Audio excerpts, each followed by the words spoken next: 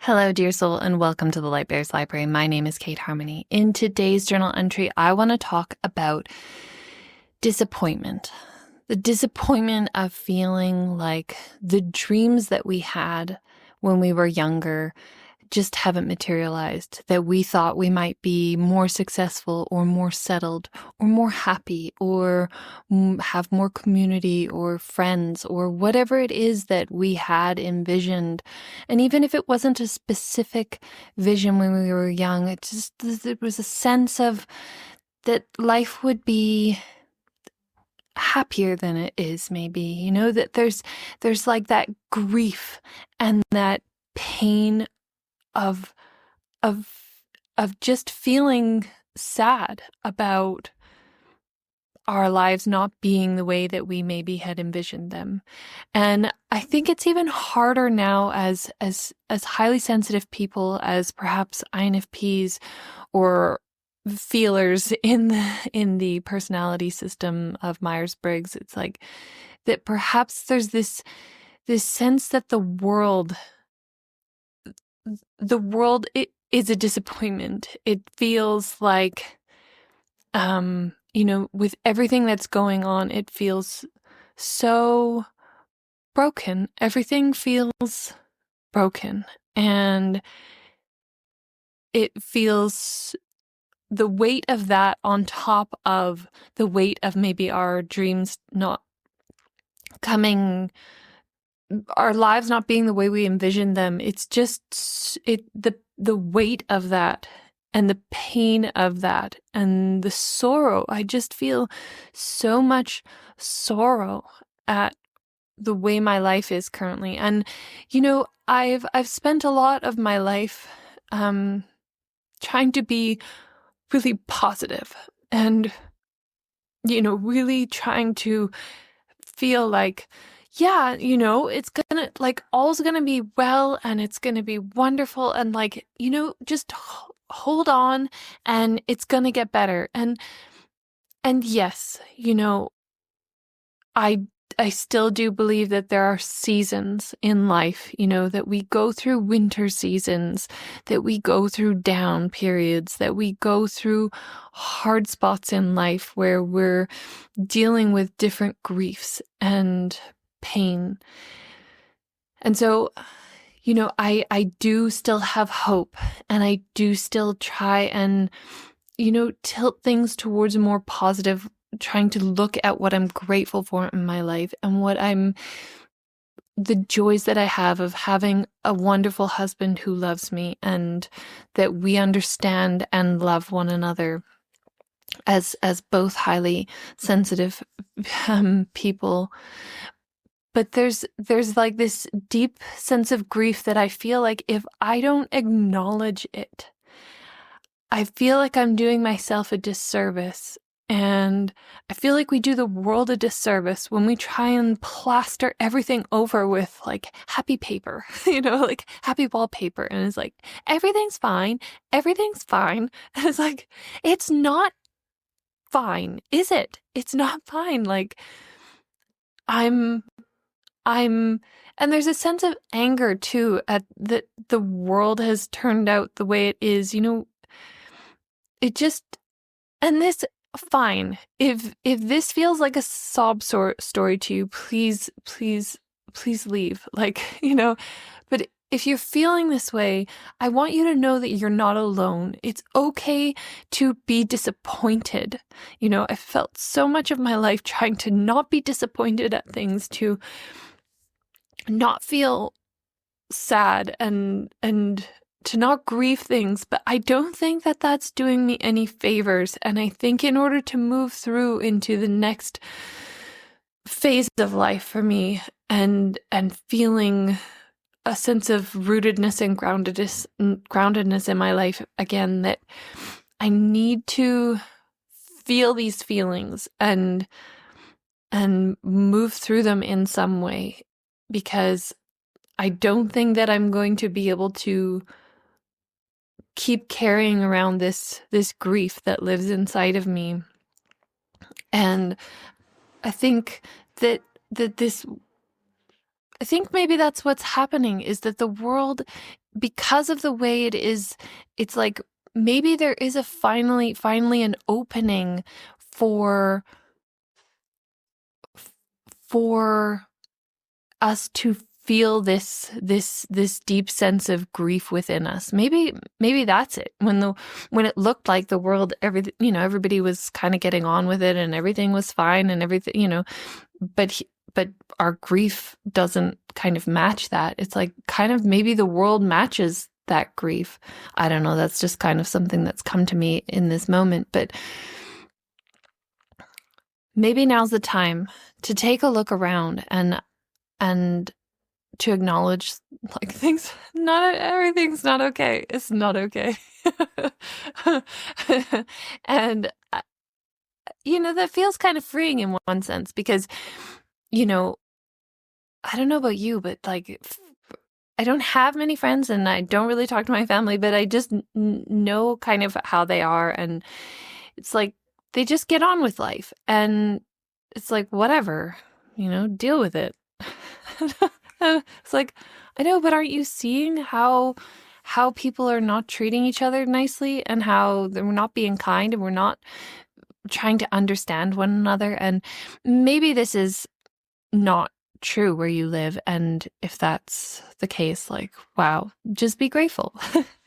But I think as highly sensitive people, we can feel the heaviness and the weight of all of that disappointment and sorrow of the world not looking how we had hoped it would be, and our lives not looking the way that we hoped it would be. And I don't know that there's any quick fixes to that.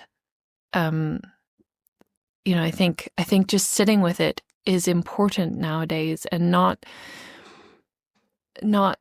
trying to numb it with, whether it's scrolling or whatever our addiction is that we have that helps us to numb or escape these feelings. That only, for me at least, it only makes it worse. It makes me feel more shit about myself and the world. And so I need to come up with a different strategy for walking through this, because it needs to be felt. And when we do that, we can help one another better. We can acknowledge other people's pain and suffering and not kind of shy away from it. So it's uncomfortable to sit with it and to breathe with it, and to not try and distract ourselves. There is a time and a place for that. However, I think coming up with positive distractions or positive ways of channeling that need to not focus on that pain and that sorrow and that disappointment. For me, positive ways that I have are, like, I do my Sudoku puzzles. And if I'm really, really feeling a lot of sorrow, it's like I do the easiest ones. It's mindless, and it just keeps my focus on the puzzle, and my mind can just kind of release and let go of what it's spinning on, the overwhelm of the pain or the grief or the sorrow. So that's one thing if I'm really struggling. Sometimes it's good to just have a nice cry, or potentially have a nap. I used to have naps when I was just feeling like I need to just time out, be unconscious for a little while. The other thing I do is I like to crochet, and something repetitive, something that just keeps my hands busy and allows me to not do something that's harmful to myself, that's not negative, that isn't, especially not going on the phone or the internet, is because that only can add to that. You see a headline or you see something, you know what I'm saying. You know what I'm saying? And it's like, those are the times when we need to look after our mental health and our well-being and not go there. So make a list of 2 or 3 things that you can do in those moments that it's just the pain is too overwhelming to sit with, And so I also think that it's good to take our journal and try and actually name the grief, name the how has the current harshness of the world that we're living in, how has it forced me to set aside the dreams or the goals that I had, that, name those things, or name the dreams that we had that we're grieving for. And, for me, it's grieving. Like, I had this vision of being an aunt with my nephew and my niece and being a part of that family. And it didn't work. It didn't work out. And I'm still grieving it. And it's been, whatever, I don't even know what the time, a year or less. And it sucks. It sucks. And having family, not having family be there for me and not care about me. And it's like, okay, that really is hurtful and sucks. But what can I do about it? I can't make it better. It takes 2 or 3 or 4 people to kind of make that work. So anyway, and then I think the last thing that I'm trying to do, it's not kind of like positivity necessarily, but it's just to be aware of the tiny little joys. I like to think about it, this being the Lightbearer's library, right? I like to think about it as our little candle in the dark. We have this little candle in the dark with the light. And what is our candle in the dark today, in this moment? It could change day to day, but what is that tiny little joy, that little spark of hope that we can hold on to and focus our attention on, like a meditation, right? And it could be the tiniest thing, like a little piece of chocolate, and just having that in our mouth and being so grateful for that little piece of chocolate, or, a relationship in our life that is good, and focus on the good things about that relationship. Because relationships, have ups and downs and stuff that goes right and wrong. But, yeah, so let's hold on to that little spark.